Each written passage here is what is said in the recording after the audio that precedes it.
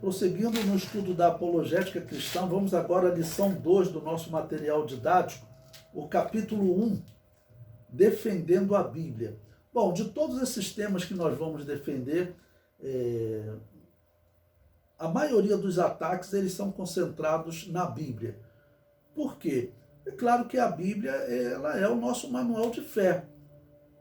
Se a Bíblia tivesse sido escrita como alguns têm afirmado, acabava completamente com a nossa fé. Se alguém conseguisse provar que a Bíblia na verdade um documento inválido, que não tem valor, que foi inventado 600 anos antes de Cristo, como eles dizem, isso sendo pregado em faculdades chamadas teológicas, tá ok? Isso mata completamente a fé. Porque 600 anos antes de Cristo dizer que o dilúvio foi uma cópia de lendas pagãs, né? Se isso fosse verdade, isso acabaria com a nossa fé. Ok? Então, nesse ponto nós temos que defender a Bíblia e é um dos pontos principais desses últimos dias para nós falarmos. Por quê? Porque existem muitos homens chamados cristãos, ok? Que eles estão afirmando que a Bíblia não é a palavra de Deus, que Adão e Eva nunca existiu, que tudo aquilo ali seriam lendas, né? E que um grupo de homens inventou, criou aquela lenda. E isso, por exemplo, chegou a ser falado pelo Papa Francisco. Né? O Papa Francisco ele chegou a dizer que Adão e Eva não eram reais. Aí o Vaticano foi lá e desmentiu ele. Ou seja, ficou no dito pelo não dito. Mas esse Papa ele está trabalhando pelo liberalismo teológico. Ele já falou que ateu pode entrar no céu, não existe regra mais para entrar no céu. Né? E é importante nós estarmos atentos. Agora em novembro, esse Papa marcou uma reunião de união das igrejas, de todas as religiões, na verdade, lá no Monte Sinai. Ele disse que é numa reunião religiosa, ok? Para pedir perdão à Mãe Terra, e eles vão fazer ali uma cerimônia religiosa.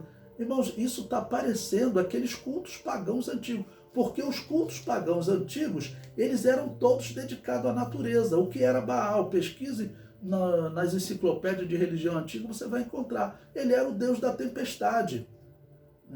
Thor, esse negócio de trovão, Thor, tudo vem também de Baal. A religião de Thor, vamos dizer, ela é conhecida ali entre os celtas nos dias do Novo Testamento. A religião de Baal foi criada 2100 anos antes de Cristo. Então toda aquela religião era a religião de Baal, que tudo era concentrado na natureza. Tá bom? O sol era chamado Deus Ra. Tá bom? Então toda a adoração do mundo antigo era concentrada na natureza. Aí o Papa faz uma convocação mundial de todas as religiões. Depois vocês pesquisem na internet, vai ser agora em novembro.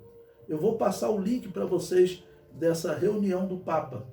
Então convoca todas as religiões para uma reunião e nessa reunião ele vai fazer uma cerimônia religiosa que diz que é uma cerimônia de arrependimento, que a humanidade tem que pedir perdão à Mãe Terra. Eu falei, mas que coisa é isso? Está claro que isso é um resgate da religião pagã do mundo antigo. Não existe dúvida. Os celtas, eles adoravam o sol, eles adoravam o trovão, eles adoravam a natureza, eles acreditavam que a natureza era Deus e eles sacrificavam até o homem, sacrificavam às vezes um ser humano a esses deuses, né, que é a natureza, para os deuses manterem, né, a ordem, manter o alimento, tudo. Essa era a religião do mundo antigo, era uma religião dedicada à natureza. E agora ele faz um encontro como se fosse um encontro para salvar a humanidade, ok? Um encontro para salvar a natureza, as árvores, mas na verdade vai haver um culto. E ele diz que eles vão pedir perdão, é um culto uma cerimônia de arrependimento, e eles vão pedir perdão à Mãe Terra. E aonde? Eles escolheram o Monte Sinai, porque eles disseram que é um local especial, né, para todas as divindades. Então vão se reunir todas as religiões, já tem falado islâmicos, né, diversas religiões vão participar, já tem a Bíblia católico-judaica, os judeus estão participando dessa reunião. Então do que está acontecendo hoje são grupos que estão tentando descredenciar a Bíblia. E esses grupos eles estão caminhando numa direção horrível. Então, nós cristãos não podemos perder a fé na Bíblia. Nós temos que olhar para... Se surgir alguma coisa que hoje eu não consigo responder, nós temos que olhar para o passado. Há 300 anos atrás, os historiadores, eles afirmavam que a Bíblia estava cheia de lendas, que nunca existiu uma cidade chamada Babilônia, nunca existiu uma cidade chamada Nínive. Ele falou, não, isso aí é lenda da Bíblia. Afirmavam que a Bíblia era lenda. Há 300 anos atrás, os cristãos não tinham como responder. A Bíblia não se dedica a essa questão arqueológica, questão científica, mas deixa a própria ciência responder. Até que chegou um dia, um arqueólogo, um cientista, encontrei a cidade da Babilônia. Depois encontramos a cidade de Nínive. E muitas outras coisas que eles foram falando contra a Bíblia foi se mostrando verdadeira. A Bíblia afirmou há 200 anos atrás, eu falo há 200 anos atrás, foi quando a igreja anabatista deixou de ser perseguida pelos católicos e protestantes e começaram a escrever. Então começaram a escrever o que é chamado hoje de dispensacionalismo. E eles sempre afirmavam, Israel vai voltar para a terra de Canaã. Israel vai voltar para a terra de Canaã, vai se fortalecer e vai surgir um homem que vai ser o anticristo, que vai fazer uma aliança com Israel. Israel vai reconstruir o templo. Isso aí há 200 anos atrás. Todos os outros católicos e protestantes riam dessa teoria dos anabatistas. O século XX mostrou que os anabatistas estavam certos, eles estavam corretos, né? Que é a mesma fé que nós pregamos na Bíblia. Enquanto os protestantes eles desenvolveram o liberalismo teológico. Nós temos que ficar longe, porque o liberalismo teológico é para matar a nossa fé. E o primeiro ataque deles é na Bíblia, né? Então, número 1, defendendo a Bíblia, defendendo a sua inspiração divina. Acusação, o que eles dizem, né? Nem toda a Bíblia é inspirada. A Bíblia não é a palavra de Deus, ela contém a palavra de Deus. Quem diz isso é o liberalismo teológico. E já vou aqui aproveitar para dizer para vocês, existem diversos níveis de liberalismo teológico.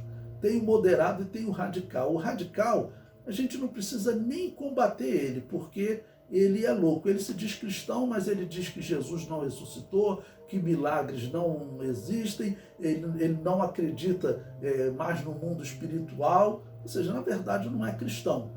Okay? Então ele não acredita nem em ressurreição. Agora, o problema é o liberal moderado. Por quê? Ele diz que Jesus ressuscitou, ele diz que acredita em milagre, ele diz que serve a Deus, que o reino de Deus vai ser implantado na terra. Mas quando pergunta a ele sobre a Bíblia, ele diz o seguinte, não, a Bíblia ela tem uma mensagem boa, mas ela não foi escrita por Moisés, aquilo ali tudo é inventado.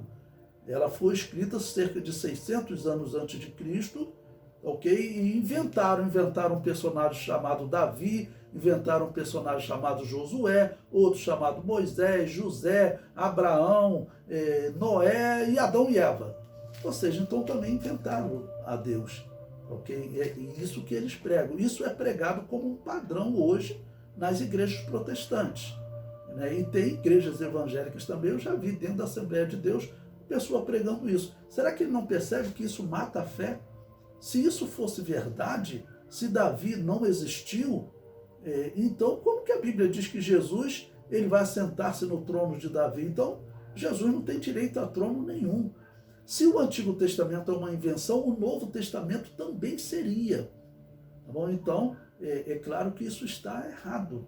E com o tempo, as pessoas vão ser esclarecidas ou agora ou durante o milênio, quando Jesus estiver reinando, né? Nesse período agora, eu acho até difícil, porque apesar da ciência já ter deixado fortes evidências de que é necessário um Criador, principalmente com o DNA, eu falei com vocês sobre isso em outros modos, principalmente no DNA, a ciência tem deixado essa evidência. Existe a necessidade de um Criador, de um organizador. Mesmo assim, tem pessoas que se dizem cristãos, dizem que acreditam na Bíblia, mas dizem que o evolucionismo, né, que é um materialismo, é verdadeiro. Ou seja, a pessoa mistura coisas que elas se anulam, elas se condenam, elas não podem ser verdadeiras ao mesmo tempo. Evolucionismo e criacionismo não podem ser verdadeiros ao mesmo tempo. Eles se anulam. Você não pode dizer que os dois são verdadeiros. Não, eu acredito nos dois. Então, provavelmente, você não acredita na Bíblia, né? Provavelmente você não acredita na Bíblia, quem fala isso, né? Tá bom? Então, uma acusação é essa. Pois bem, e quais são os argumentos deles? Os argumentos desses acusadores da Bíblia, eu chamo de acusadores, né? Não são defensores, não são apologistas. Então, os argumentos destes acusadores da Bíblia de não ser totalmente inspirada por Deus são, primeiro, o que Deus escreveu não foi inspirado. Isso não faz o menor sentido, né? Mesmo se você falar das tábuas dos 10 mandamentos, aquilo não foi inspirado por Deus. Moisés depois foi inspirado para relatar aquilo em um livro, em que ele vai chamar o livro do Êxodo. Então, ele foi inspirado para escrever sem erro, ok? Segundo, as palavras de Satanás na tentação de Jesus não foram inspiradas. Isso é uma baboseira, não é isso que o cristão prega, né? O cristão, ele não prega que Deus inspirou Satanás a falar. O cristão prega que Deus inspirou Mateus a escrever sobre aquela tentação e a descrever sem erro. Ele foi inspirado por Deus, foi uma inspiração especial. Mateus foi inspirado para escrever as palavras de Satanás. Ninguém defende que Satanás foi inspirado por Deus a falar aquele tipo de palavra, né? Então, isso não faz o menor sentido. O que nós defendemos é Mateus foi inspirado. Aí dizem também, as palavras de Pilatos não foram inspiradas. As palavras do Espírito, a pitonisa de Saul, não foram inspiradas. Aquele demônio que subiu do abismo e enganou aquela mulher e teria enganado Saul, enganou Saul também, as palavras dele não foram inspiradas. É a mesma coisa, tá ok? Não é que eles foram inspirados. Samuel foi inspirado a relatar aquelas palavras, tá ok? Ele foi inspirado sem erro. Aquela informação chegou a ele e ele escreveu sem erro. A inspiração está no homem de Deus que está escrevendo. É isso que nós defendemos. Aí também diz, as palavras de Satanás no Éden não foram inspiradas, as palavras de Satanás no livro de Jó não foram inspiradas. Pois bem, Moisés foi inspirado para escrever o livro de Jó, tá ok? E também Moisés foi inspirado para escrever aquelas palavras sem erro. Ninguém defende que Satanás vai ser inspirado por Deus. Pois bem, defesa. As palavras de Satanás não foram inspiradas por Deus, mas Mateus foi inspirado por Deus para escrevê-las. Por isso, cremos que toda a Bíblia é inspirada por Deus. Agora, observe os versículos de Judas, capítulo 1, versículos 9, 14 e 15. Bom, esse aqui é um texto que nós temos que ter uma defesa, uma resposta sobre esse texto. Tá bom? Porque esse texto, ele não se encontra no Antigo Testamento. Tá bom? Então, como que nós vamos responder essa questão? Um texto que não se encontra no Antigo Testamento, ele foi citado no Novo Testamento. Porque, a princípio, as pessoas pensam... do Antigo Testamento, o único texto inspirado foi aquele que estava ali na Tanakh judaica, no nosso Antigo Testamento. Mas, como que Judas vai citar um texto que não está no Antigo Testamento? Nós temos que ter uma resposta, né, uma apologia, como fazermos essa defesa. Bom, Judas capítulo 1, versículo 9 diz: mas o arcanjo Miguel, quando contendia com o diabo e disputava a respeito do corpo de Moisés, não ousou pronunciar juízo de maldição contra ele, mas disse: o Senhor te repreenda. Ok? Pois bem, essa história que Judas contou aqui, ela não está no Antigo Testamento. Tá bom? Então eu vou ler a segunda parte, porque... também não está no Antigo Testamento. Então a resposta vai servir para os dois. Versículo 14.